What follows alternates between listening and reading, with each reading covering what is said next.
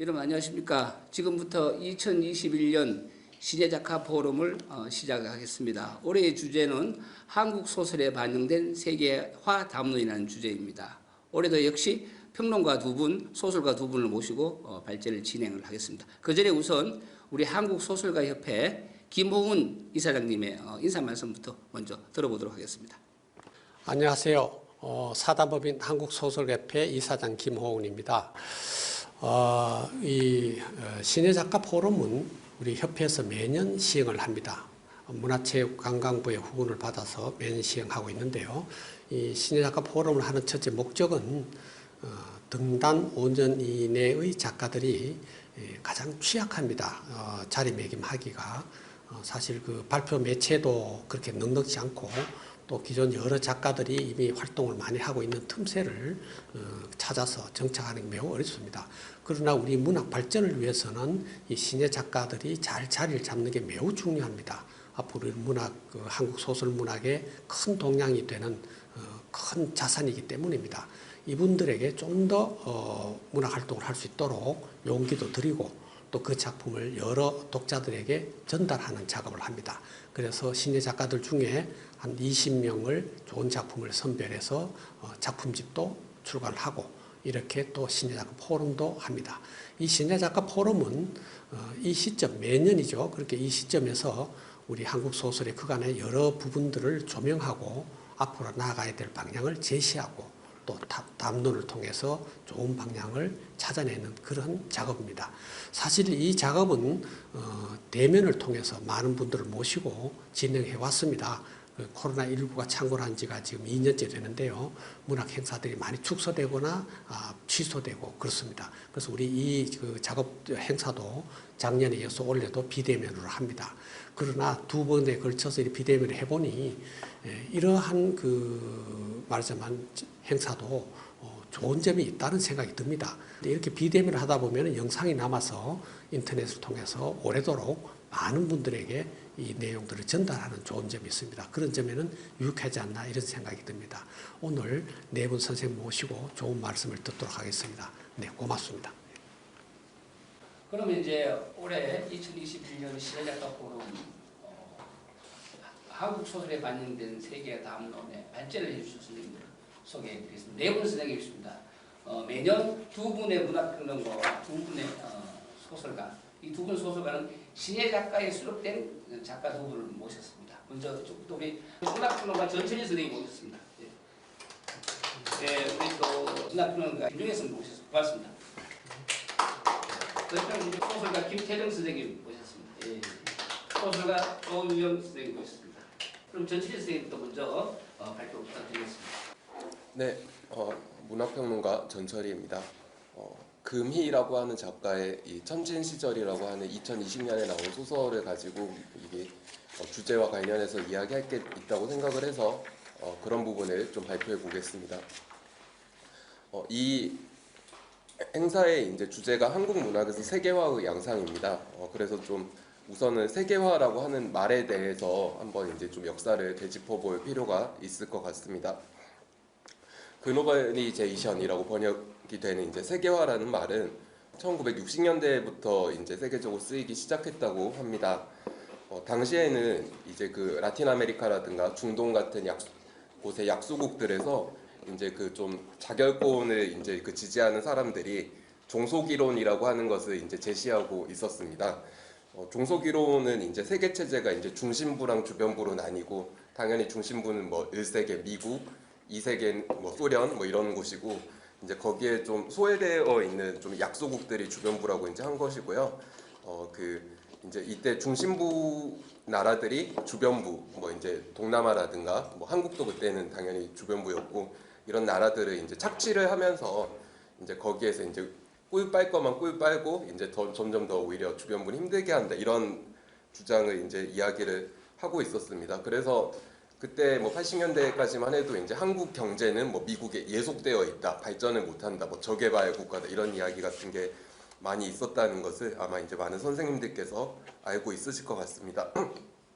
그때 말한 세계화라고 하는 거는 미국에서 만든 뭐 청바지를 전 세계에서 입고 미국에서 만든 맥도날드를 전 세계에서 먹고 이렇게 되는 굉장히 미국화되는 이런 세계 질서를 당연히 이제 이야기를 했고, 이런 의미에서 세계화는 다국적 기업이 약소국들에 다 이제 그 경제적으로 침략을 하는 것에 가까운 것으로 인식이 되고 있었습니다. 당연히 한국이란 약소국에서는 이제 세계화는 나쁜 것이다라고 하는 주장이 이제 나왔죠. 근데 이제 어쨌거나 종속이론이라고 하는 게 지금은 그 많이 설득력을 사실은 잃고 있는 상황이긴 하고요. 근데 이제 뭐 어쨌거나 이제 그런 맥락에서의 세계화, 뭐 맥도날드화 뭐라고 이제 하는 전 세계 미국 기업들이 다 이제 있고 뭐 영국 기업들이 있고 이러는 경향은 뭐 사실 뭐 지금도 뭐 존재한다고까지는 뭐 이야기를 할 수 있을 것 같습니다.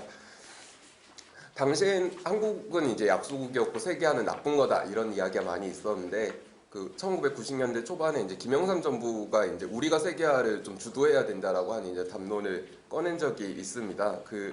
이제 그 정부가 이제 했던 이야기는 한국이 과거에는 공업화, 근대화, 대량 생산 이런 걸 했는데 이제는 이 경제 성장을 얼마 정도 이뤘고 한국이 또 이제 문화 강국, 뭐 세계적인 문화, 지식, 정보를 생산하는 일을 이제 하고 이제 정보화 시대이니까 그런 정보 같은 거 이제 해외에 이제 수출할 수도 있고 뭐 지금 정도로 막 구체화적으로 뭐 BTS 뭐 이런 거 생각하지는 않았겠습니다만 그런 것에 대한 이제 구상을 이제 제시를 했고, 이후에 김대중 정부에서 이제 그게 더 이제 확장되었다라고 이제 보통 평가를 하고 있는 것 같습니다. 이런 의미에서의 세계화도 좀 저는 이제 이미 진행이 되고 있는 것 같습니다. 아까 말했다시피 뭐 오징어 게임이라든가 BTS 같은 그 한류 콘텐츠들이 이제 세계적으로 이제 많이 퍼지고 있는 상황이고요. 그래서 이제 어떤 면에서 세계화라는 게 좀 저는 두 가지가 좀 다른 게 있는 것 같은데, 경제적으로 좀 강대국에 있는 다국적 기업이라든가 이런 게 이제 퍼지는 의미에서의 세계화가 있고, 또 한국에 있는 뭐 소설이든 뭐 문화 드라마든 영화든 이런 게 해외 시장에서 또 이게 인정받는 좀 문화 콘텐츠가 퍼지는 세계화 같은 것도 있는 것 같은데, 두 의미에서의 세계화가 다 이미 굉장히 많이 진행이 된 상태라고 생각이 듭니다. 그래서 이제 요즘은 이제 한국에 있는 뭐 종로라든가 이런 좀 핫한 거리라고 하는데 지나가면은 당연히 이제 미국에 있는 프랜차이즈들이 쫙 이제 깔려 있고, 그래서 이제 이게 뭐 한국에 가나 뭐 도쿄를 가나 뭐 뉴욕에 가나 좀 비슷한 브랜드들 같은 거 많이 볼 수 있고, 코로나로 인해서 이제 해외 이주 같은 게 많이 줄어들긴 했지만 사실 재작년까지만 해도 한국인들이 해외도 많이 나가보고 외국인들도 한국에 많이 들어와서 살고, 저기 종로에 뭐 외국어 학원인데 앞에 가면 막 백인들이 다 친구들 데리고 놀고 있고 이런 것도 쉽게 볼 수 있는 환경이 좀 되었습니다. 그래서 좀 이런 상황 때문에 이제 좀 젊은 작가들의 소설을 보면은 진짜 이게 무국적인 공간 같은 데가 이제 많이 그려지고, 딱 이게 서울인가? 라는 게 좀 의심스러운 이런 공간이 그려지는 경우가 많이 있고, 백수린이라고 하는 이제 작가는 이제 처음 초기에 이제 썼던 소설에서 이제 황인 여자가 한국에서 백인 남자랑 좀 이제 약간 썸 탄다고 하죠. 연애할까 말까 하는 이런 것을 가지고 이제 소재로 삼았는데, 그런 게 사실 한 20년 전이라고 하면 이건 좀 비현실적인 소재 아닌가라고 생각했을 법한데, 지금은 뭐 그거 자체가 뭔가 이상하게 다가오지는 않는 느낌이 된 것 같습니다. 그리고 뭐 여기 다른 선생님들께서 뭐 조정래, 황석영, 뭐 김인숙, 손홍규 뭐 이런 작가들을 가지고 이야기하시는 것 같은데, 당연히 거기에서 또 다른 의미에서 좀 세계화가 나오는 것 같습니다. 제가 이제 소개한 작가는 이제 금이라고 하는 작가이고요. 이제 약간 한국 문학에서 세계화의 양상이라고 하는 주제에 좀 맞는가라는 의심이 사실 저는 또 약간 들긴 했는데, 왜냐하면 이제 한국 문학이라고 할 수 있는가라고 하는 게 사실은 조금 약간 문제가 되는 작가이기 때문이었습니다. 이제 금이 작가는 증조부 때 이제 한국에서 중국으로 건너간 이주민 4세대 조선족 작가이고요. 계속 이제 조선족으로 이제 연계 뭐 그쪽에 이제 살고 있다가 2000년대 초반에 잠깐 뭐 연수 프로그램 같은 거에 2년 동안 한국에 와서 살고 다시 돌아가서 이제 살고 있는 작가라고 알고 있습니다. 중국에서 첫 소설집을 이제 발간을 했고요. 2013년에 그건 한글입니다. 이제 한국에 출간은 안 되는데 한글로 되어 있고요. 조선인 문단이라고 하는데 연길에 이런 데 조선인 문단이 나름 주목을 받았고, 어디 조선어 문해지의 청탁을 받아서 탈북자 이야기를 다룬 소설을 이제 써서 투고를 했는데, 원고를 받은 문혜지가 이건 안 된다, 이건 못 싣겠다라고 이제 이야기를 했다고 합니다. 왜냐하면 탈북자 문제는 북한이나 중국에서 좀 부담스러워하는 주제여가지고 이건 좀 아닌 것 같다 해가지고 이제 거절을 당하니까 조선족인데 이제 창작가 비평이라는 한국 출판사에 그거를 투고를 이제 하고 창작가 비평에서 이거 괜찮네 해가지고는 거기 싣고 다음에 창비에서 이제 이 작가의 이제 첫 소설집이 세상에 없는 나의 집이라고 하는 이런 소설집을 내주고 그 이후에 이제 작품을 몇 개 발표하고 뭐 이런 뭐 작가입니다. 현재는 뭐 장춘시에 살고 있다고 이제 들었습니다. 약간 이런 작가의 소설을 계속 한글로 모든 소설이 한글로 쓰여 있긴 한데 그리고 중국어보다 한국어가 더 편하다고 이제 들었어요. 근데 이제 한국 문학인지 좀 외국 문학인지가 좀 이게 좀 애매한 측면이 있습니다. 뭐 근데 이게 결국에 창작가 비평이라는 출판사에서는 국내 문학 라인업으로 이제 출간을 한 거긴 하고 국내 문학 소설선으로 그리고 신동엽 문학상이나 백신의 문학상이라는 걸 받았는데 이 상은 한국 작가에게만 주어지는 상이기도 하고 뭐 이제 문학동네에서 어떤 앤소노제 실려인데 그것도 한국 작가에게만 주고 뭐 이런 것들을 보면은 많은 경우 이제 한국 작가의 그 넓은 의미에서 한국 작가라고 좀 이제 보고 있는 것 같긴 합니다. 물론 뭐 한국 작가라고도 이야기하면 좀 폭력적일 수 있겠죠. 조선족 작가라는 좀 이런 특수성이 있는데 뭐 요즘 뭐 디아스포라 문학이라고 해가지고 이제 한국인도 아니고 중국인도 아니고 좀 이런 애매한 상태에서 살고 있는 뭐 이런 사람들에 대한 관심도 이제 많이 있는데 그런 경우라고 하는 게 엄밀히 말하면 좀 더 정확할 수 있다고 좀 생각이 듭니다. 첫 소설집이 세상에 없는 나의 집인데 이것 자체가 나라가 없다, 내 집이 없다 이런 뜻이기도 하거든요. 그게 좀 디아스포라 문학적인 거겠죠. 어쨌든 좀 이런 면에서 넓은 의미에서 한국 문학에 속하는데 좀 디아스포라 문학으로서의 속성도 가지고 있는 작품을 좀 이야기를 해보려고 합니다. 이 작품 제가 말한 천진 시절이라고 한 소설은 이제 상아라고 하는 여자 주인공이 나오고요. 이 주인공이 이제 현재에 20년 전 이야기를 이제 떠올리면서 이제 과거랑 현재를 좀 오가는 구성입니다. 그 고향에 있을 때 그 이제 남산촌이라고 하는 고향에 살고 있었는데 완전 촌 동네인 것 같아요. 여기 조선족 사는 데에서도. 근데 거기에 어떤 무군이라는 남자가 상아에 계속 호감을 이제 표명합니다. 근데 상아는 별로 관심이 없어요. 근데 이제 무군이 어느 날 이렇게 이야기를 합니다. 우리 큰 누나가 말했는데 이제 도시에서 이제 일자리가 있다고 하는데 너 나랑 같이 가야 돼? 하니까 이제 상아가 이제 별로 이 남자에게 호감은 없지만 자기는 이제 도시로 갈 거의 유일한 기회가 이 남자가 같이 가야 돼 이렇게 하는 거거든요. 그래가지고는 근데 본인도 이게 촌내에서 여자가 할 수 있는 일이 훨씬 적고 하니까 당연히 도시로 가고 싶은데 그럼 이거 거절할 수 없지 이렇게 생각을 해가지고 뭐 사랑은 없지만 같이 가서 이제 동거도 하고 이제 살게 됩니다. 근데 이제 무구는 이제 보면은 굉장히 무뚝뚝한 남자입니다. 이제 그 전에 뭐 사랑 고백을 한 것도 아니고 계속 좋아하는 티는 내고 있었는데 여자가 이제 그 호감을 보이진 않고 하니까 야 그러면 여기 한국으로 치면 서울에 도시 일자리 있는데 좀 너 같이 가야네 이렇게 고백을 하고 약간 프로포즈를 한 것부터 굉장히 약간 좀 무뚝뚝하고 촌스러운 거잖아요. 사실은 이게 좀 약간 촌스럽고 이런 사람인데 어쨌거나 그렇게 해가지고 이렇게 떠나게 됩니다. 이게 중심 이야기고 상하가 이제 주변에 이렇게 천진이라는 데 갔을 때 도시 그쪽이 천진인데 거기에서 이제 고향 언니랑 이제 고향 친구를 이제 만나게 돼요. 근데 한 고향 언니는 원래 자기 고향에서부터 사귀고 있던 좀 이제 순박한 농촌 남자가 있었는데 애가 너무 이제 좀 돈도 잘 못 벌고 좀 이게 능력도 없고 해서 애를 차고 좀 더 돈 많은 사람으로 이제 갈아탈까 약간 이런 좀 고민을 이제 하고 있는 이제 인간입니다. 근데 이제 그러니까 그 남자가 야 제발 좀 돌아와 주라 막 이러고 하다가 어떤 일로 이제 좀 죽게 돼요. 그래가지고 죄책감을 가지고 있는 여자가 있고요. 또 다른 여자가 있는데 애는 야 너도 상아한테 야 너도 돈 좀 벌어야지. 고향 남자 때려치고 약간 한국말로 하면 좀 스폰서 남자를 잡아가지고 약간 룸사롱 같은 데 나가서 여기 좀 돈 많은 여기 사장님 좀 잡아서 너 팔자 좀 펴라 편하게 살면 좋잖아 뭐 이렇게 말하는 사람도 나옵니다. 근데 이제 상아는 이제 그런 말 들으면은 좀 그게 맞나? 난 쩌나 이 남자 좋아한 게 아니었는데라는 생각을 하면서도 이제 또 그렇게 아주 대놓고 그럼 나 돈 벌고 이렇게 사모님이 돼야지 이렇게 또 생각하진 않는 좀 이렇게 왔다 갔다 하는 인물이에요. 계속 고민을 이렇게 하고 이제 하는데 결국 뭐 이제 어쨌거나 좀 오랫동안 관계를 유지하다가 그냥 이제 결국에 오늘 그 사귀었던 남자를 헤어지고 이렇게 됩니다.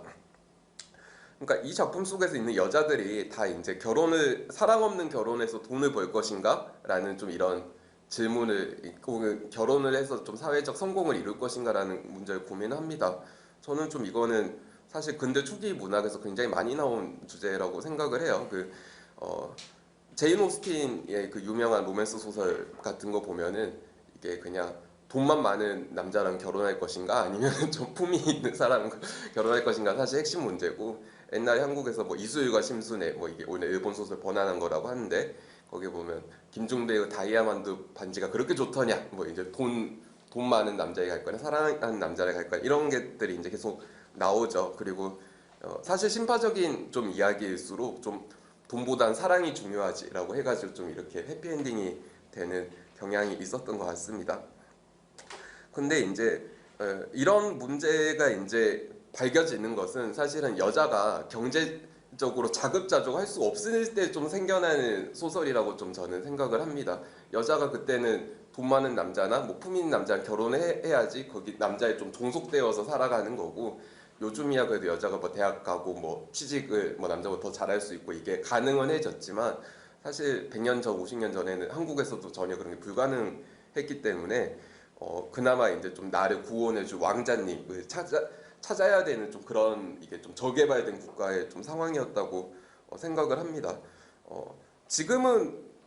지금도 여자가 그럴까라는 질문을 뭐 던져볼 수 있겠는데 한국에서는 이제 여자가 어떤 남자를 만나서 돈 많은 남자를 만날까 사랑하는 남자를 만날까 이런 거 가지고 고민하는 여자 캐릭터는 거의 저는 등장하진 않는 것 같습니다. 지금은.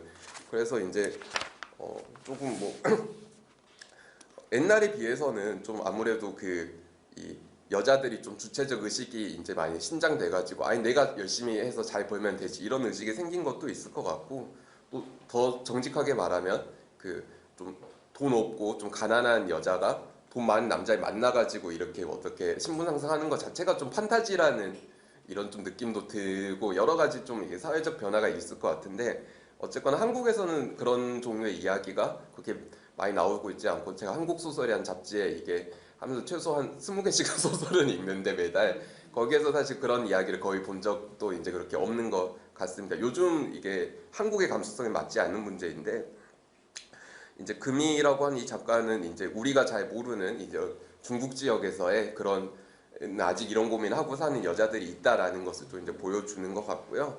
좀 큰 맥락에서 본다면 이게 큰 의미에서의 세계화의 흐름 때문에 이제 거기 있는 사람들이 좀 힘들게 살고 있는 것이라고 생각을 해보게 됩니다. 이제 조선족이라고 하는 사람들이 이제 100년, 뭐 120년 정도 전부터 이제 한국에서 이제 지금 북한 쪽에서 이게 만주 쪽으로 건너간 사람들이 이제 1세대일 것인데 거기에서 이제 어떤 이유에서든 뭐 일본의 이게 식민 통치 때문이든 아니면 황해도 뭐 평안도 쪽이 척박한 기후 때문이든 어떤 이유에선 조선에서 중국으로 쪽으로 건너간 사람들이 있는데 그렇게 이제 건너갔고 그 뒤에 한국은 뭐 또 식민지를 겪고 나서는 엄청나게 경제적 발전을 많이 해서 지금은 북한 같은 데보다 훨씬 잘 사는 나라가 된 상태이고 뭐 분단은 해 있고 그러면서 이제 중국은 이제 한 90년대 정도까지는 사실 경제적으로 그렇게 성장하지 못하다가 90년대 한 중후반 정도 되니까 이제 갑자기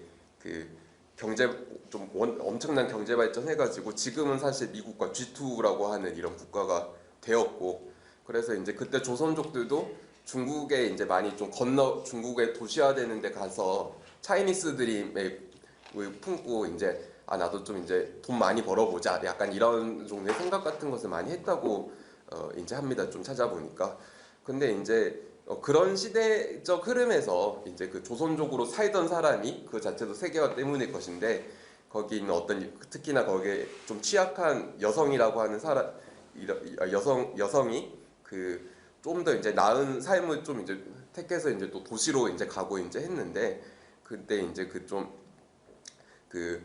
결국에 이제 거기에서 정착은 사실 잘 못하는 거죠. 조선족의 여자라고 하는 이런 사람들이 뭐 그런 것 모습을 이제 보여주는 것인데 그래서 좀 이게 단순히 뭐 지금 진행되고 있는 세계화, 2020년대 세계화 이런 거에 대해 사실 면밀하게 이야기한다고 말하긴 힘들지만 지금까지 우리가 좀 세계적으로 이제 동북아란 곳 지역 자체가 굉장히 복잡한 이게 많이 얽혀 있고 특히 뭐 중국, 한국, 일본 뭐 감정이 굉장히 많이 섞여 있는 이런 게 있는 나라 지역이잖아요. 근데 이제 그런 곳에서 이제 이 한국인이라면 이제 피주는 뭐 한국인에 가깝겠지만 또 이제 그렇게만은 말할 수 없는 그렇다고 또 중국 작가는 아닌 또 이런 사람이 이제 있다는 것을 좀 이제 증명한다는 점에서 그 지난 100년 동안의 세계화 이런 게 어떤 것이고 이런 요즘 이런 사람들 어떻게 살고 있고 좀 이런 것을 좀 핍진하게 이제 묘사한 소설이라는 생각이 들었습니다. 네, 여기까지입니다. 예, 수고하셨습니다.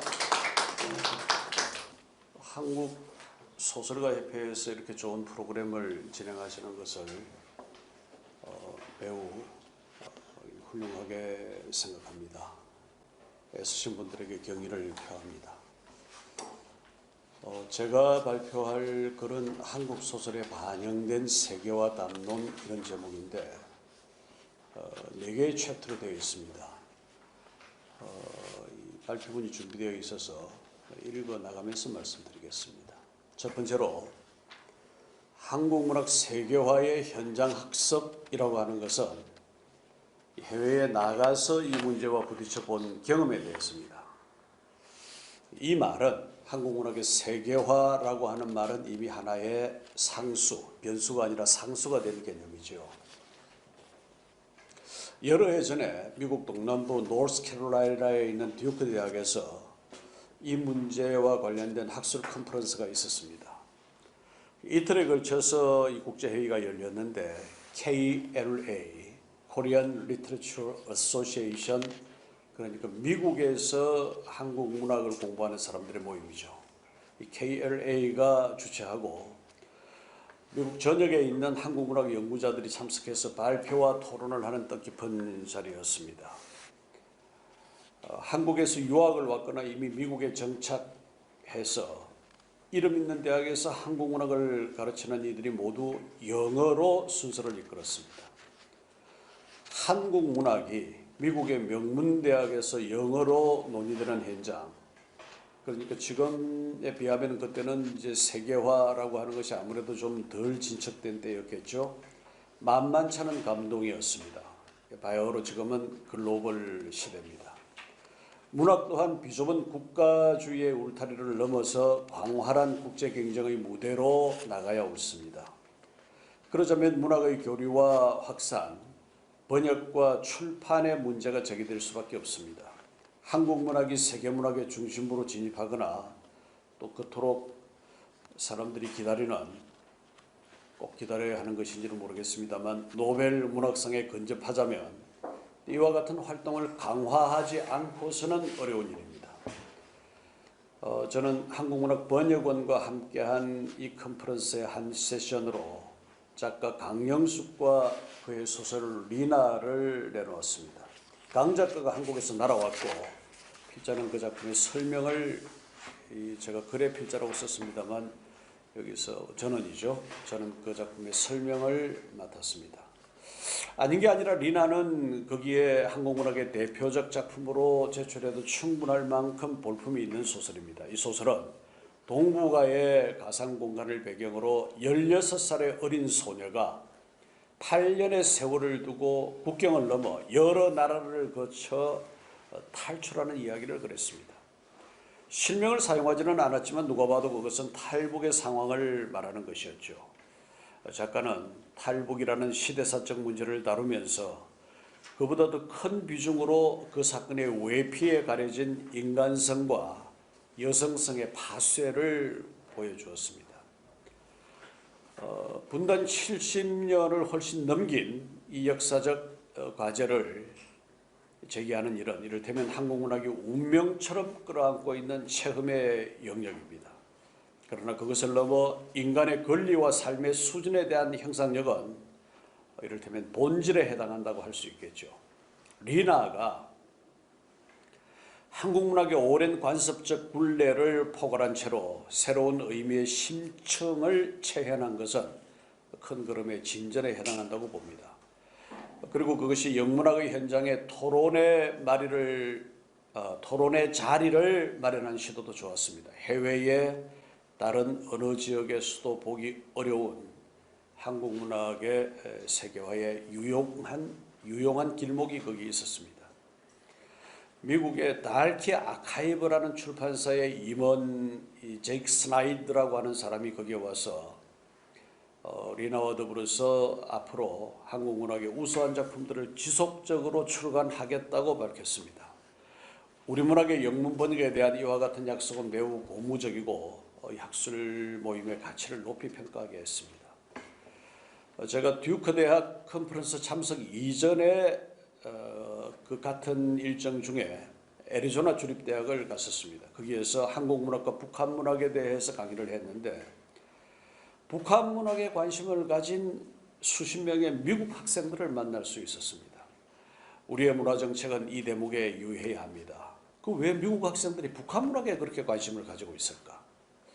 한국 문학의 비상의 날개, 날아갈 수 있는 날개를 달아주는 일은 모국의 강력에서만 할 수는 없는 일입니다.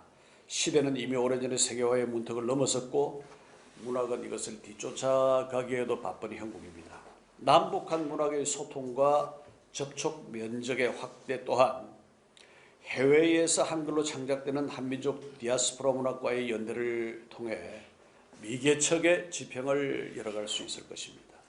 이러한 한민족 문학에 대한 인식은 두 마리 토끼를 함께 쫓을 수 있게 해줄 것입니다. 곧 민족적 화해 협력의 문학적 버전이가 하나라면 한국 문학 세계화의 실질적 범주 확보가 다른 하나가 되겠죠. 한국의 근대화와 경제 개발이 성과를 이룬 만큼 국제적 관계성의 구축도 그러했더라면 하는 여러 유형의 반축, 복귀가 있습니다. 지금부터라도 우리 문학의 세계화에 역점을 두고 실행을 모색하면 후대에서는 그와 같은 후회를 없애거나 줄일 수 있지 않을까 생각합니다. 우리 문학이 세계화라고 하면은 국가적 범주를 넘어서 나아가는 것을 말하는데 이것을 다른 말로는 탈경계라고 할 수 있겠죠. 그 사례를 좀 들어보는 것이 좋겠습니다. 그래서 두 번째 챕터가 한국문학 탈경계의 여러 사례입니다. 여기에는 여러 가지 유형이 있지만 공간적 의미에 있어서 경계를 넘어서거나 무화시키는 문제를 말하고자 합니다. 그럴 때 한국문학의 탈경계는 한국의 작가들이 한국이라는 공간 환경을 넘어서 작품의 무대를 자유롭게 구성하는 사례를 말합니다. 등장인물의 활동, 또 소설 속의 사건, 그로 인해 메시지가 전해지는 공간, 이것이 작품의 공간이죠. 이 공간의 형식은 작품의 내용을 규정할 수 있는 중요한 요인입니다. 다시 말하면 문학작품 속의 공간은 그 작품의 존재를 가능하게 하는 주요한 요소가 됩니다. 오늘의 한국 문학에서 공간 확장, 탈경계의 논리와 창작 방법을 같이 하는 작가는 매우 많습니다. 아니 단순히 많은 것이 아니라 대다수의 작가들에게 일반화되어 가고 있습니다. 시대를 거슬러 살펴보면 한국 문학의 대작가로서 2008년에 타계한 박경리의 대작 토지에는 일제강점기에 중국 만주 지방까지 이야기의 무대가 확장되어 있습니다. 중진작가 황석영의 바리대기나 심청 같은 소설에서도 그러한 작품 환경의 탈경계적 확대를 볼 수가 있습니다. 또 다른 중진작가 조정래의 정글만리는 한국의 미래를 위해 중국 비즈니스의 세계를 소설화한다는 창작 의도로 논란이 되었지만 많이 읽힌 책입니다. 중견작가 김인숙이 쓴 시드니 그 푸른 바다의 서다와 먼 길, 또 김영하의 검은 꽃과 빛의 제국, 또 앞서 말한 강명숙의 리나 같은 작품들이 유사한 탈경계의 범례가 됩니다. 김인숙의 시드니 그 푸른 바다의 서다는 한국에서 호주로 이민 간 사람들에 대한 소설입니다. 한 남녀의 삶을 중심으로 한국과 호주의 접경에 선 사람들의 끈질긴 생명력과 사랑을 보여줍니다. 먼 길은 한국을 떠나 호주로 간 세 젊은이의 파란 많은 월경 전우사와 그 마음의 내면 풍경을 그렸습니다. 김영하의 검은 꽃은 일제강점기에 멕시코로 이주한 조선인 노동자들의 이야기입니다. 거기에 밝은 꽃길은 없었지요. 그 삶의 어둡고 참혹한 상황을 작가는 검은 꽃이라 불렀습니다. 빛의 제국은 한반도의 특수한 상황을 반영한 북한에서 남한으로 온 스파이 이야기입니다. 김영하 특유의 기발한 상상력을 바탕으로 역사적 현실 속의 실존적 삶을 조망합니다. 한국과 베트남은 베트남 전쟁 이래 여러 부면에서 언원이 얽혀 있지만 지금은 빠른 속도로 우호와 신뢰를 회복하고 있습니다. 문학에 있어서도 동남아의 다른 나라에 비해 작가 교류가 활발합니다. 이러한 현상은 자연스럽게 소설의 배경에 베트남을 도입하게 합니다.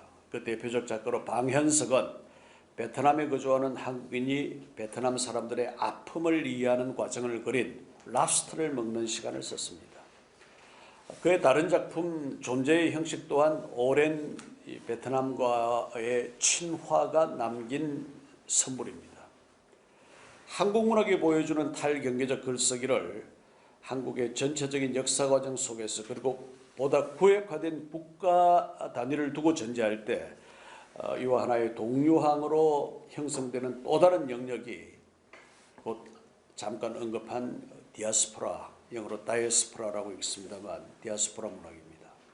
중국, 중앙아시아, 일본, 미국 등지에서 이 문학의 이름만 들어도 이를테면 중국 조선족 문화, 중앙아시아 고려인 문화, 그리고 일본 조선인 문화, 미국 미주 한인 문화, 이와 같은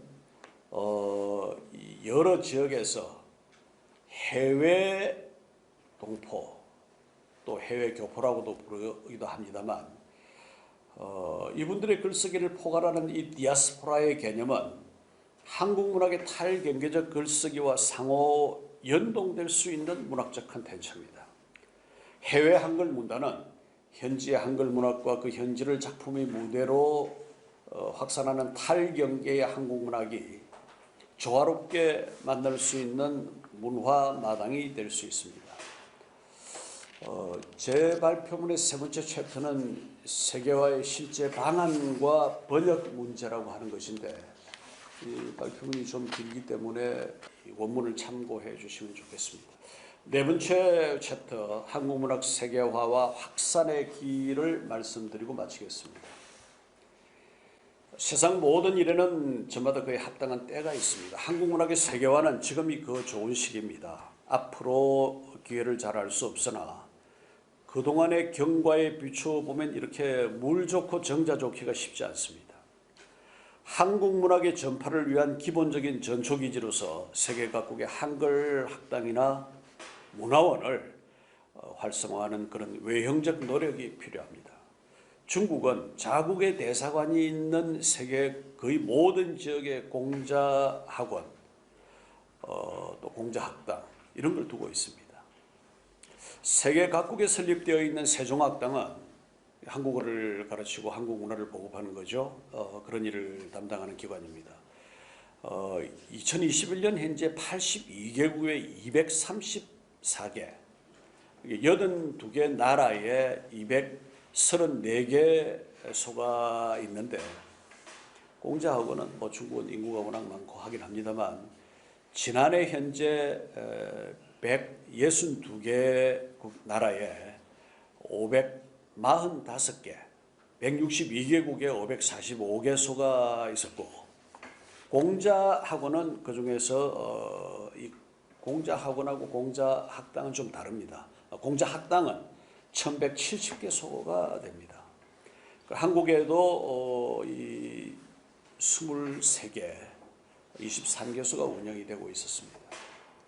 프랑스 보급기관은 알리앙스 프랑스웨즈라는 이름으로 불리는데 동일 시기에 132개국에 834개소, 독일어 보급기관, 이건 괴테 인스티튜트라고 부릅니다. 괴테가 자기 문화의 정점이자 대표격이라고 하는 것을 그 기관 이름에 명기한 것이죠.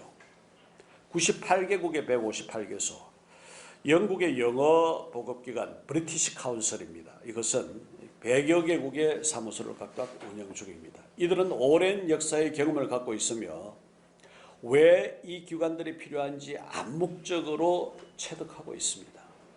한글 문화의 세계화를 총괄하는 세종학당 재단이 2012년 10월에 출범했으니까 올해로 해수로 10년째가 되죠.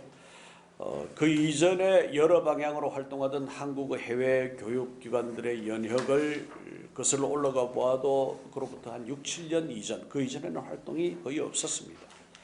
그러기에 소극적으로 망설이거나 더 미룰 시간이 없습니다. 지금은 문화가 삶의 장식이 아니라 문화적 역량이 곧 국력이 되는 그런 시대입니다.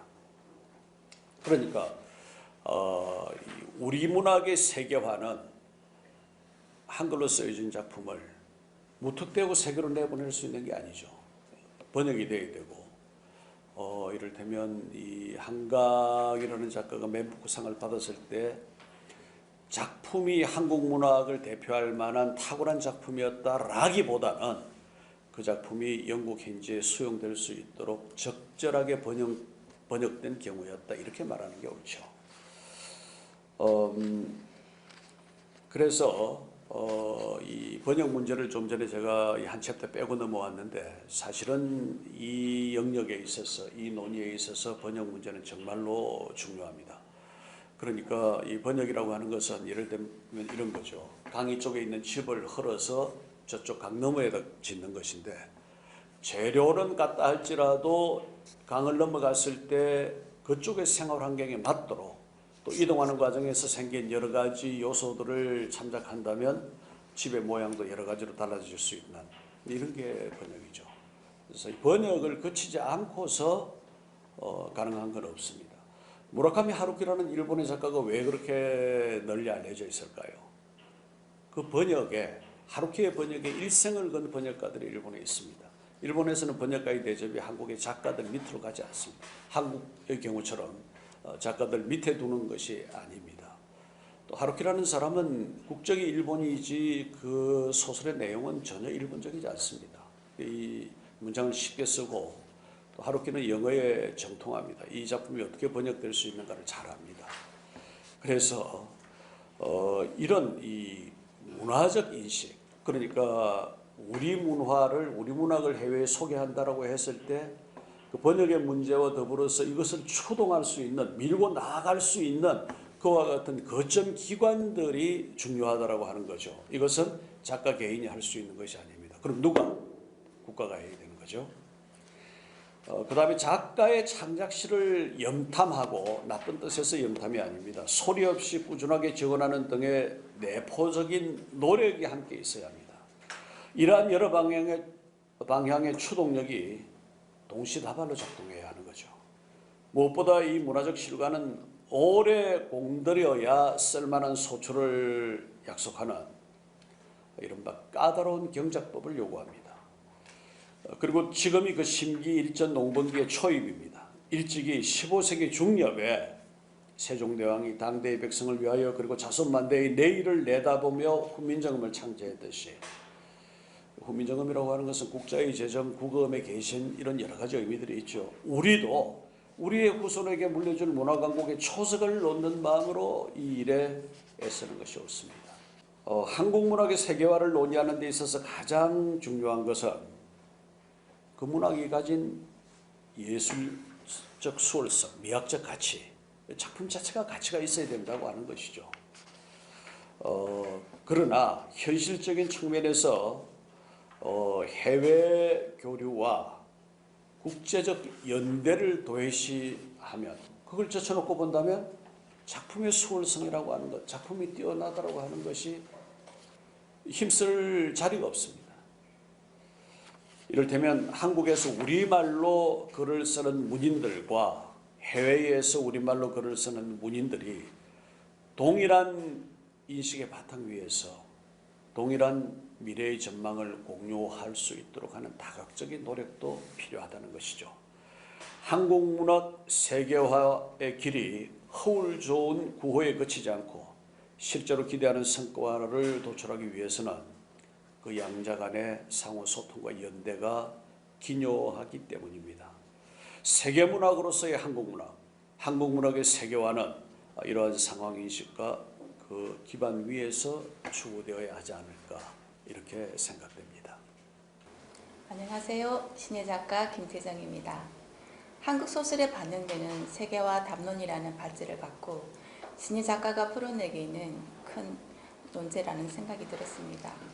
특히 반영이라는 단어에 생각이 한참 머물렀습니다. 반영이란 사물의 속성 또는 현상이 다른 사물이나 현상을 통해 드러나는 것을 말합니다. 그렇다면 한국 소설에 드러난 혹은 내재된 세계화에 대한 생각을 서술하라는 의미일 텐데요. 저는 그동안 한국소설가협회에서 진행한 신예 작가 포럼의 발제문들을 찾아봤습니다. 한국 소설의 세계화에 대한 심도 있는 논의가 있어 왔더군요. 저는 한국 문학의 현주소를 알 수 있었고 문학의 세계화를 위한 조언을 들을 수 있었습니다. 저는 아는 만큼 솔직하게 쓸 능력밖에 없는 사람입니다. 자연스럽게 글을 써야 마음이 편한 사람이기도 합니다. 그래서 독자의 시선으로 논제를 풀어가려고 합니다. 한국 소설은 이미 세계적입니다. 우리 소설에 반영되는 세계화는 거창한 주제로 느껴집니다만 사람의 이야기에서 벗어날 수 없다는 생각입니다. 저는 논제를 돕기 위해 한국 현대사에서 한 시대를 구분짓는 조정래 작가의 태백산맥과 손원규 작가의 이슬람 정육점을 통해 우리 소설에 나타나는 세계성을 살펴보려 합니다. 끝으로 인류가 나누어 가지는 문학의 세계로 발제문을 마무리하겠습니다. 최근 캐리커처로 명명되었던 한류가 대명사전에 등재되었다는 기사를 읽었습니다. 한류가 세계문화로 완전히 정착한 듯합니다. K-팝, K-드라마, K-무비가 디지털 로드를 따라 세계 곳곳에서 엄청난 인기를 얻고 있지요. 가수 싸이의 말춤이 유행했을 때만 해도 한 시절 유행일 거라는 냉소적인 시선도 있었습니다. 그러나 한국 문화에 대한 세계인의 관심은 지속되었고 BTS, 기생충, 미나리 킹덤, 오징어 게임 등 최근까지 노래와 드라마에서 보여준 그들의 애정은 한국인보다 더 열정적입니다. 인터넷과 SNS, 넷플릭스 같은 뉴미디어의 발달이 큰 역할을 담당했고 코로나 팬데믹이 가져온 비대면 사회로의 전환이 수혜자가 된 이유라고 말하기도 합니다.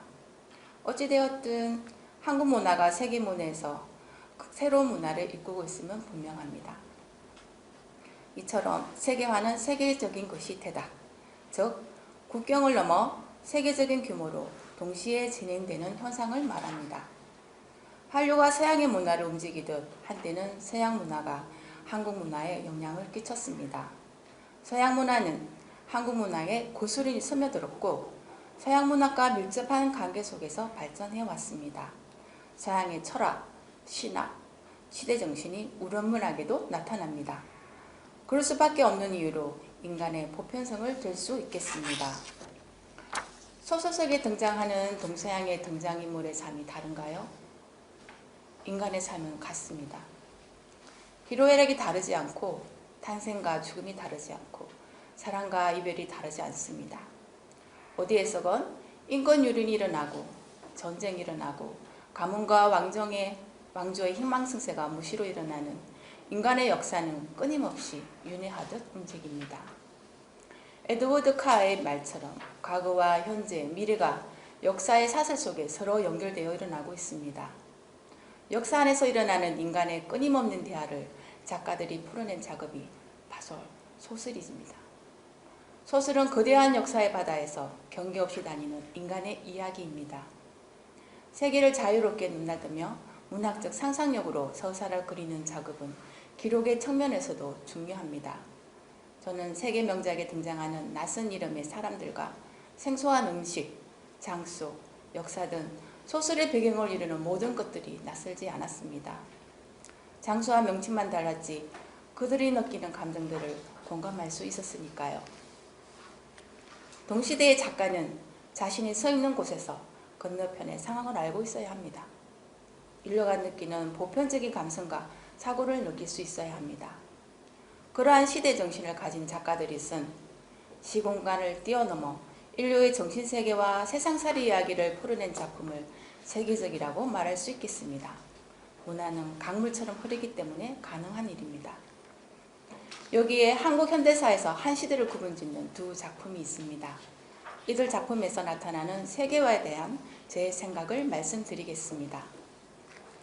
조정래 작가의 태백산맥은 강복 이후 여순 반란 사건이 실패하고 남로당이 지리산으로 퇴각하면서 펼치는 빨치산 투쟁과 6.25 전쟁까지의 역사적 사건을 다룬 대화소설입니다.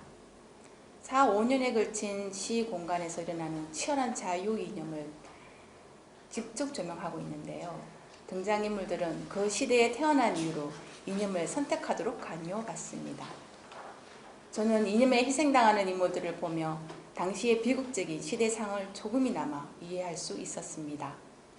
작가는 분단과 6.25 전쟁이 민족 내부의 모순에 기인한 비극이었고 빈단의 원인을 제대로 파악해야 분단 문제를 해소할 수 있다고 말합니다.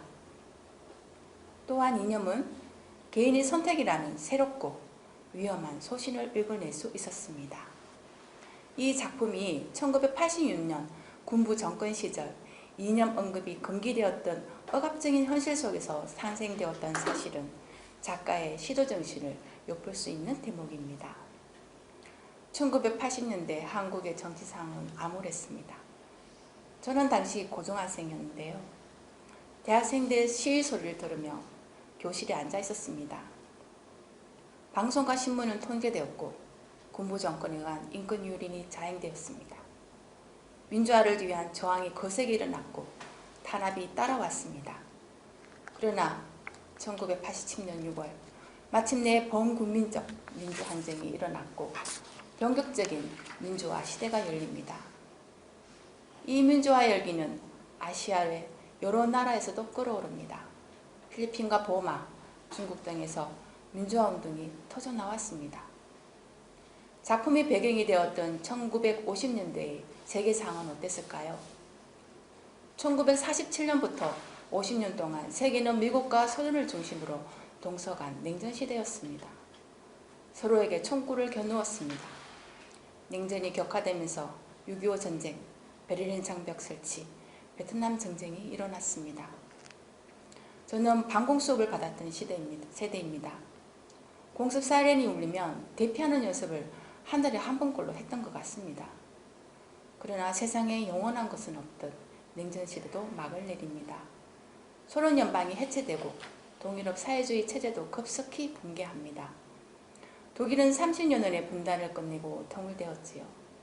우리는 1989년 베를린 장벽이 무너지는 장면을 생생하게 보았습니다. 우리 일처럼 항영했고 부러워했습니다.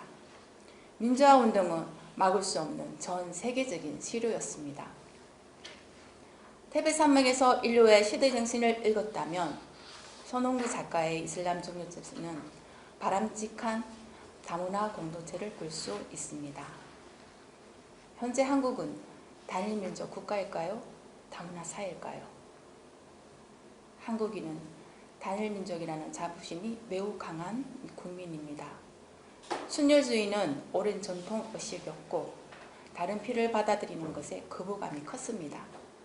과연 그런 순혈주의가 오늘까지 지켜졌을까요? 1990년대에 불꽃 일듯이 일어난 민주화 운동이 안정되고 한국 사회는 새로운 변화의 시대를 맞게 됩니다. 컴퓨터가 상용화되고 인터넷망이 구축되어 전 세계를 연결하는 정보화 사회가 이루어지면서 지구촌화, 세계화라는 용어가 등장합니다.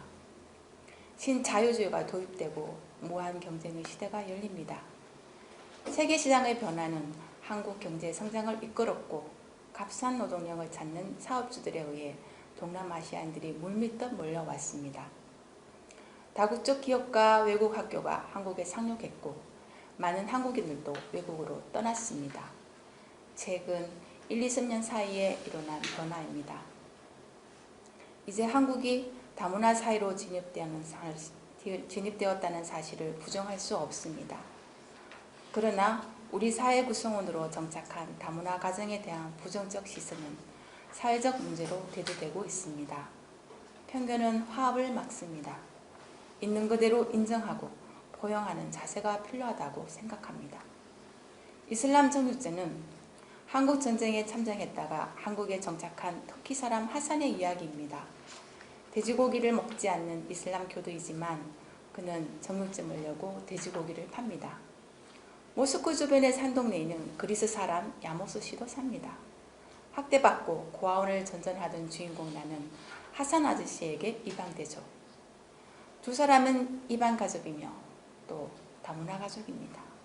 그들은 서로의 상처를 치유하며 새로운 가족으로 탄생합니다. 여기에 산동네 사람들의 조력이 있습니다. 충남 식당의 안나주미는 상처받은 사람들의 어머니 역할을 하지요. 그녀는 가난한 동네 사람들에게 음식을 제공하며 차별 없이 보듬어 줍니다. 충남 식당은 소통과 치유의 장소이고 바람직한 다문화 공동체의 모습이기도 합니다. 다문화 가족은 세계화가 나온 결과입니다.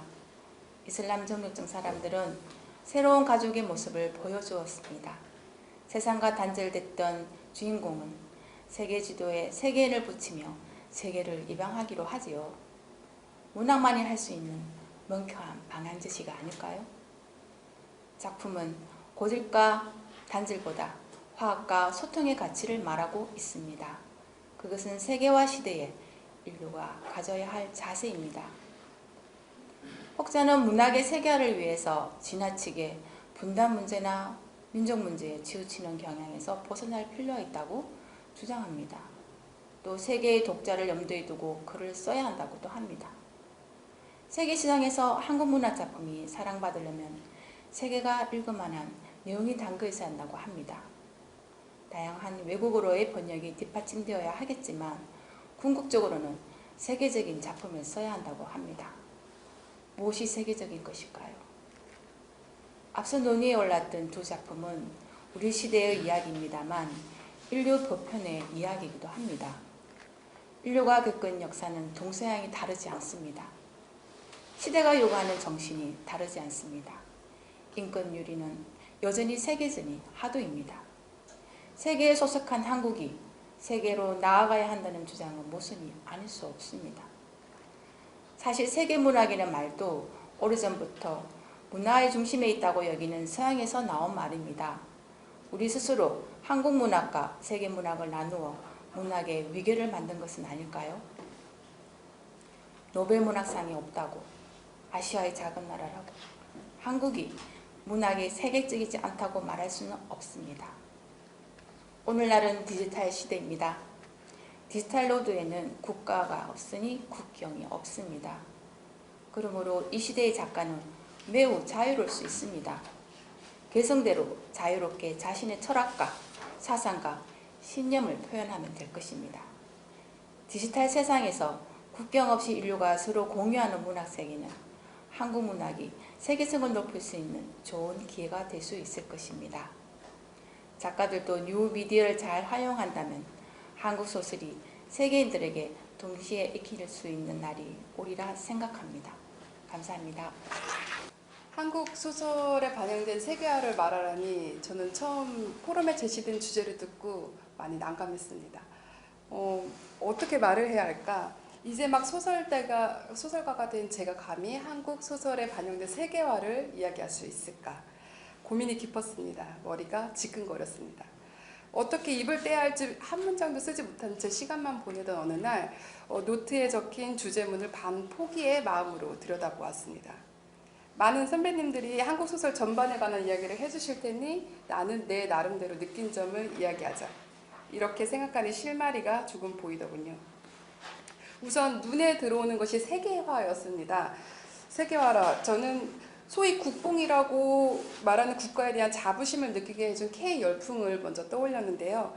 세계인이 좋아하는 K 열풍 하면 사람들은 무엇을 떠올릴까요? 다들 떠올리시는 것이 비슷하리라 생각됩니다.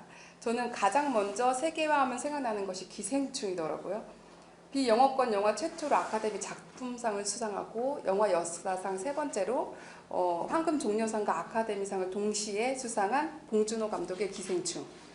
우리의 어깨를 한껏 솟게 해준 이 작품은 짜파구리나 제시카송 등을 유행시키기도 했죠. 윤여정 배우에게 아카데미 여우조연상을 안겨주고 그녀를 K할머니라는 수식어를 붙게 한 미나리도 빠질 수 없습니다. 또 뭐가 있을까요? 요즘 초등학생들도 다 안다는 넷플릭스의 오징어 게임. 넷플릭스가 서비스되는 83개국에서 전체 1위를 차지하면서 세계화 반열에 들어서게 됐죠. 요즘 어디서도 무궁화꽃이 피었습니다와 설탕으로 만든 달고나 게임을 하는 사람들을 심심치 않게 볼 수 있습니다. 더 멀리 보자면 싸이, 강남스타일, 한국의 아이돌 방탄소년단, 블랙핑크 등이 있죠. 이처럼 세계에서 사랑받는 영화나 드라마, 음악엔 우리의 스토리가 들어가 있습니다. 사람들은 무엇 때문에 우리의 스토리를 사랑해주는 걸까요? 그렇다면 소설은 어떨까요? 많이 판매된 우리나라의 소설들은 어떤 이야기를 담고 있는지 한번 살펴보았습니다. 가장 많이 거론되고 있는 소설이 달러구트 꿈 백화점이더라고요. 벌써 2편까지 나왔는데요. 텀블벅 펀딩 1815%를 달성하면서 독자가 원해서 종이책이 나온 달러구트 꿈 백화점. 공모전이나 신춘문예에 한 번도 응모해 본 적이 없는 이미애 작가는 꿈을 사고 파는 독특하고 따뜻한 이야기로 단숨에 베스트셀러 작가가 되었습니다. 맨부커상을 받은 한강의 채식주의자, 그 강렬함은 저에게 아직도 잊히지 않은 신선한 충격으로 남아있습니다. 요즘 대세인 김초엽 작가의 작품은 어떤가요? SF적 요소가 주는 신선함에 사람들은 매료되었습니다. 그 밖에도 최은영, 정세랑, 장유직 작가님들의 작품, 섬세하고 사실적인 그 작품들이 저를 비롯한 많은 사람들의 사랑을 받고 있죠. 다시 주제로 돌아가서 한국 소설에 있는 세계화란 어떤 것일까요? 요즘 세계적으로 폭력과 엽기, 판타지로 무장한 작품들이 쏟아져 나오고 있습니다. 조금 전 세계화의 예로들은 영화나 드라마, 문학작품 속에서도 많이 찾아볼 수 있는 요소이기도 하지요. 먼저 폭력성에 관해 이야기해보고 싶은데요. 넷플릭스의 드라마 오징어 게임은 그 얘기를 하기에 더할 나위 없이 좋은 재료입니다. 게임을 언제든지 중단할 수 있었지만 돈이라는 목표 때문에 옆 사람이 죽어나가는 잔인한 게임을 계속 할 수밖에 없는 오징어 게임. 어린아이들의 놀이를 하면서 아무렇지 않게 피가 튀기는 장면이 주를 이룹니다. 작품 전반에 깔린 폭력성을 보면서 저는 굉장히 끔찍하다기보다는 서럽다고 느꼈는데요. 우선 살고 봐야 하는 이 현실을 살아가는 우리들의 모습과 별반 다르지 않아 보였기 때문입니다. 팬데믹이라는 초유의 사태를 통과하며 우리는 잔인한 현실을 직접 마주했습니다. 그래서 오징어 게임이 더 리얼하게 다가온 걸까요? 영화 기생충의 사람들은 어떨까요? 지하 비밀 공간의 기생충처럼 살고 있는 근세와 문강의 엽기적이면서도 폭력적인 행동은 오묘한 동질감을 안겨주었습니다. 빛 하나 들지 않는 지하 공간에 저렇게 오랫동안 살다 보면 나 같아도 저럴 수 있겠다라는 생각이 저절로 들더라고요. 한강 작가의 채식주의자. 거기서도 강렬한 이미지를 머릿속에 각인시키는 폭력적 상황들이 많이 연출되고 있는데요. 고기를 먹지 않는다는 이유로 아버지한테 맞는 장면이나 시골에서 오토바이에 개를 매달아 질질 끌고 가는 장면은 영화를 본 듯이 머릿속에서 잊혀지지 않습니다. 사람들은 왜 그런 것에 열광하는 걸까요? 복합적으로 얽혀있는 현실, 부정적인 현실 감정, 분노같이 처리 곤란한 감정들을 대체시킬 매체가 필요한 걸까요? 사람들은 폭력적인 장면을 보면서 끔찍함과 동시에 시원함과 통쾌함 같은 다양한 감정을 느끼는가 봅니다. 양육강식의 세상을 살아가는 우리에게 잠시라도 살아있는 것에 대한 감사함을 느끼게 하는 걸지도 모르죠. 세계적으로 사랑받는 우리의 스토리에 유행만 따르는 듯한 폭력성만 있는 것은 아닙니다. 그 안의 인물들은 굉장히 다양하고 입체적입니다. 정이 듬뿍 담긴 한국 정서로 그들을 이해하고 매만지려는 노력이 엿보입니다. 저택의 주위를 맴돌면서 아버지의 생사를 전등의 모습으로 확인하는 기생충의 기호. 그다음에 상우와 우승상급 456억을 경쟁자였던 상우와 새벽의 유가족에게 돌려주는 오징어 게임의 기훈. 채식주의자에서 손목을 그은 영해를 들쳐업고 달리는 동서. 물론 그 동서의 꿍꿍이는 다음 작품 몽고반점에서 드러나서 좀 얼굴이 화탓해졌지만요. 폭력적인 상황 속에서도 위로받고 싶은 인간의 심리를 충족시킨 요소가 아닐까 생각이 듭니다. 두 번째로 판타지적 요소를 말해보고자 합니다. 먼저 판타지 소설의 사전적 의미를 살펴보았습니다. 현실에서는 있을 수 없는 초자연적이고 비현실적인 이야기들을 주제로 한 소설. 우리의 경험 현실과는 다른 시공간에서 초자연적 존재들에 의해 펼쳐지는 사건을 다루는 일종의 가상소설이라고 명시되어 있더군요. 제가 정말 사랑하는 장르이기도 한데요. 저는 먼저 김초엽 작가가 떠올랐습니다. 단편지 우리가 빛의 속도로 갈 수 없다면에서 그녀는 지구를 벗어나 우주의 공간에서도 계속되는 인간의 고독, 인간뿐만이 아니고 어쩌면 생명 본질의 고독과 번뇌를 재밌게 잘 그려냈습니다. 다른 은하계로 이주한 가족을 그리면서 낡고 오래된 우주선을 모는 그녀의 모습은 잔잔한 고전을 읽은 듯 아직도 가슴속에 잔잔하게 퍼져나갑니다. 서정적인 고전을 읽은 것만 같더라고요. 그녀는 말합니다. SF는 미래를 얘기하는 것 같지만 그것은 분명 현실을 비추고 있다고, 현실을 떠올리게 한다고요. 각도를 달리해서 현실을 다르게 보게 하는 장르라고. 달러구두 꿈 백화점도 판타지 작품입니다. 꿈을 사고 파는 백화점, 잠들어야만 입장할 수 있는 상점과 마을, 층마다 다르게 판매되는 꿈의 이야기, 궁금증을 자아내는 따뜻한 판타지가 독자의 가슴을 촉촉하게 적십니다. 판타지 속 인물들도 입체적 의식을 갖고 현재를 살아가는 우리를 위로하고 있습니다. 이 밖에도 시대를 반영하는 독특하면서도 실험적 이야기들, 독자의 눈길을 사로잡았습니다. 이처럼 한국 문학엔 세계의 흐름이 담겨져 있습니다. 그런데 정말 중요하게 느껴진 것은 따로 있었습니다. 저는 이번 포럼의 발제로 일주일이 넘는 시간을 번뇌에 휩싸여 지냈는데요. 많은 생각과 자료들을 오가면서 느낀 것은 바로 사람이었습니다. 폭력적이고 엽기적인 상황이든 SF 판타지같이 상상 속에 벌어지는 일들이든 그 일들을 겪어내는 건 바로 주인공들입니다. 그 불쌍한 존재들은 작가의 머릿속에서 태어나서 온갖 세상 풍파를 겪는 것도 모자라서 이제는 우주로 가서 고생과 사색을 도맡아 하고 있죠. 독특하고 신선한 컨셉으로 플롯을 잡아 진행시킨 이야기도, 확실한 주제를 담고 있는 작품도, 묘사가 기가 막힌 맛깔난 그 글도 주인공이 밋밋하면 사랑받긴 힘들 겁니다. 유행하는 형태만 따르는 작품이 되거나 깊이를 느낄 수 없는 작품이 될 수도 있습니다. 주인공, 주변 인물, 대립 인물. 이야기 속의 사람들은 상황을 겪어내면서 독자에게 재미도 주고 교훈도 주고 감동도 주게 됩니다. 앞에서 말한 대로 우리 소설 속 다양한 인물들은 수많은 일을 겪지만 그 안에 함축된 공통된 인간성이 독자들을 위로하고 있습니다.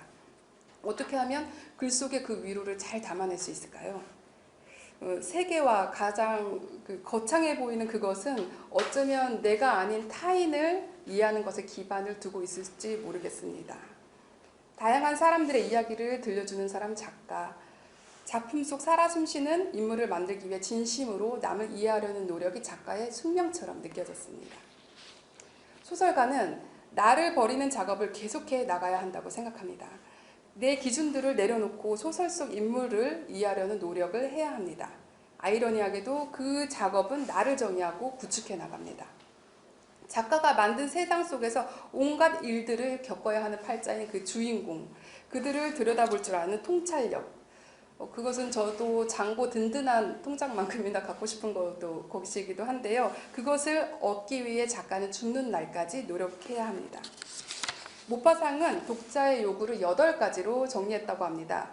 위로해달라, 즐겁게 해달라, 슬프게 해달라, 감동시켜달라, 꿈꾸게 해달라, 전율시켜달라, 울게 해달라, 생각하게 해달라. 우리 작가들은 독자의 요구를 충족시키기 위해 방대한 자료들을 쉼없이 모으고 수많은 습작을 밤새워 써내며 눈물을 머금고 글의 구조를 뒤바꿉니다. 글쓰기 외형에 들이는 그 노력만큼이나 진실로 사람을 사랑하려는 노력을 해야겠다는 생각을 해봅니다. 어느 한쪽에 국한된 이야기처럼 읽기 힘든 것은 없다고 생각합니다. 많은 이들을 공감하고 위로하기, 그것은 현실에서 타인의 세계를 흡수하려는 노력이고 벽이 허물어지는 과정이며 그것이야말로 누구에게 국한되는 것이 아닌 누구한테나 사랑받을 수 있는 이야기를 만들어낼 수 있는 요소이지 않을까 하는 생각을 한번 해봅니다. 그것이 바로 세계화로 가는 길이겠죠. 저는 초등학생과 중학생을 대상으로 미술 수업을 하고 있는데요. 제자들의 이야기에 고개를 갸웃거릴 때가 많았습니다. 다른 사람의 일인 것처럼 이야기하는 것들이 알고 보니 본인의 일이었던 건데요. 그게 무슨 얘기냐면 바로 메타버스 이야기입니다. 가상의 세계에서 원하는 캐릭터로 살아갈 수 있는 메타버스. 현실에서와 같이 사람들과 어울리며 사회 문화적 활동, 심지어 경제적 가치까지 창출할 수 있습니다. 그곳에서 아이들은 다양한 아바타를 만들어 생활합니다. 그것은 이제 놀이의 개념을 넘어 소통의 한 방법이 되어가고 있습니다. 코로나 시대를 겪으며 비대면 활동을 중요시하면서 더욱더 활성화되고 있는 가상세계. 많은 분들이 우려하시는 바도 많을 줄 압니다만 저는 그것이 굉장히 멋져 보였습니다. 항상 어린아이들을 가르치면서 거꾸로 배울 점이 많다고 생각을 하는데요. 다른 사람이 되어보는 그들의 생각의 유연함도 무척이나 놀라웠습니다. 이것은 아이들에게 국한된 이야기가 아닙니다. 독자는 이미 진화하고 있습니다. 우리 소설가들도 그에 맞는 의식을 갖고 인물을 다루어야 한다고 생각합니다. 사람들은 코로나라는 시련을 발판 삼아 다양한 것들을 실험했습니다. 불가능하리라 여겨졌던 것들이 빠르게 현실이 되어가고 있습니다. 팬데믹은 이미 시작된 변화를 20년 가까이 앞당겼다고 과학자들은 이야기합니다. 세계 각국의 사람들을 언제든지 웹상에서 만날 수 있고 VR 기기만 쓰면 세계 각국의 거리를 어디든지 걸을 수 있는 세상에 우리는 살고 있습니다. 메타 사피엔스라 불리는 기술과 상상력이 결합된 세계에서 살아가는 사람들. 그들에게 다가가는 문학은 어떤 것이어야 할까요? 단편적인 인물 설정으로는 그들을 위로하고 감동시키고 울고 웃고 꿈꾸고 전율시키고 생각하게 만들 수 없을 거라 생각됩니다. 그래서 소설가는 자기를 날마다 버리고 타인을 바라봐야 할 것입니다. 자비와 잔인, 현실과 상상, 냉정과 열정, 이기와 이탈을 줄타기한 듯이 넘나들고 벽을 허물려 노력하는 사람. 남자와 여자, 노인과 청년, 요즘처럼 대립이 심한 우리나라에 정말 필요한 사람처럼 느껴지는데요. 그 일을 먼저 해나가는 사람이 사람의 이야기를 하며 살아가는 소설가들이어야 된다고 생각합니다. 좀처럼 하기 힘든 그 일을 입 한 번 뻥끗하지 않고 손끝으로 해나가는 그 이름 소설가, 그 이름을 얻게 되어서 정말 기쁩니다. 그 명성에 걸맞은 글을 쓰려 노력하는 작가가 되겠습니다. 세계화라는 주제를 말하려다 보니 한국 소설에 국한하지 않고 스토리라는 연결고리로 영화와 드라마 이야기를 많이 하게 된 점 이해 부탁드리면서 이만 말을 줄입니다. 새파란 작가 이야기 끝까지 들어주셔서 감사합니다.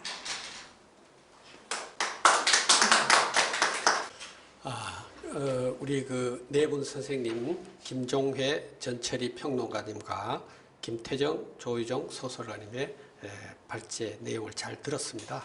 사실 그 주제로 제시된 그 한국 소설에 반영된 세계화 담론, 사실 그 주제 자체가 좀 벅차기도 합니다. 그리고 이제 제 개인적인 생각으로 앞서 잠깐 말씀드렸습니다만 한국 소설의 세계화라는 이 용어 자체가 지금 약간 탈피를 해야 될 때가 오지 않았느냐. 그동안 아까 그 김정혜 교수님께서 그 부분을 좀 언급해 주셨습니다만 우리 문학이 세계로 이제 뻗어나가고 문학 외에 여러 이제 대중예술도 많이 세계화되어 있죠. 그리고 우리 문학도 이제 세계화가 된다 이렇게 보고 있는데 세계화라는 용어 자체가 우리 문학이 세계의 어떤 모습을 갖추는 것이 아니고 우리 문학 자체의 고유한 내용이 세계 문학 속에 자리매김하는 것이죠. 그죠? 그래서 이제 지금은 세계 문학 속에 한국 문학을 바라보는 이런 시각인데 내용들이 참 좋았습니다. 좋고 이게 대면 우리 그 포럼에서는 서로 질문하고 또 발제하고 질문하고 해야 되는데 그런 시간이 없었기 때문에 저도 사실 질문보다는 들은 소회 그리고 이제 중심적인 내용을 잘 말씀해 주셨습니다. 그리고 그다음에 어쨌든 그 세계화라고 말했지만 우리 문학이 우리 언어로 쓴 문학이 잘 정착이 되었을 때 세계 문학이 되는 것이죠. 그죠? 아까 잠깐 이제 발제하는 도중에 그런 얘기도 있었습니다. 무라카미 하루키 같은 경우는 영어를 잘 하셔서 그분은 영어로 쓰신 소설도 있다고 그럽니다. 그래서 번역이 잘 되게 용이하게 쓴다고 그랬는데 사실 문학이 꼭 그렇게 외국어로 번역되는 틀에 맞춰서 써야 하는가에 대해서는 저는 약간 부정적으로 봅니다. 우리말이라고 한 다음에 그 나라 언어에 적합하게 윤색 정도로 번역이 되는 것이죠. 그죠? 그렇게 가는 거니까 우리는 우리 문학을 열심히 함으로써 그것이 곧 세계가 되지 않느냐 이런 생각이 듭니다. 오늘 좋은 말씀들 고맙습니다. 네. 이것으로 2021년 신예작가 포럼 한국 소설에 반영된 세계화 담론이라는 주제의 심포지움을 마치도록 하겠습니다. 덧붙여 한 말씀 드리고 싶은 것은 그간 저희가 신예작가 포럼에서 한 4, 5회에 걸쳐서 세계화를 집중적으로 다루었습니다. 예, 그러나 이제 그 세계화가 디아스포라는 문학으로 명명되기도 하고 그런 과정을 지나오면서 이제 다음부터는 이제 좀 더 신선하고 유익한 주제를 가지고 다시 한번 여러분과 만나도록 하겠습니다. 고맙습니다. 수고하셨습니다.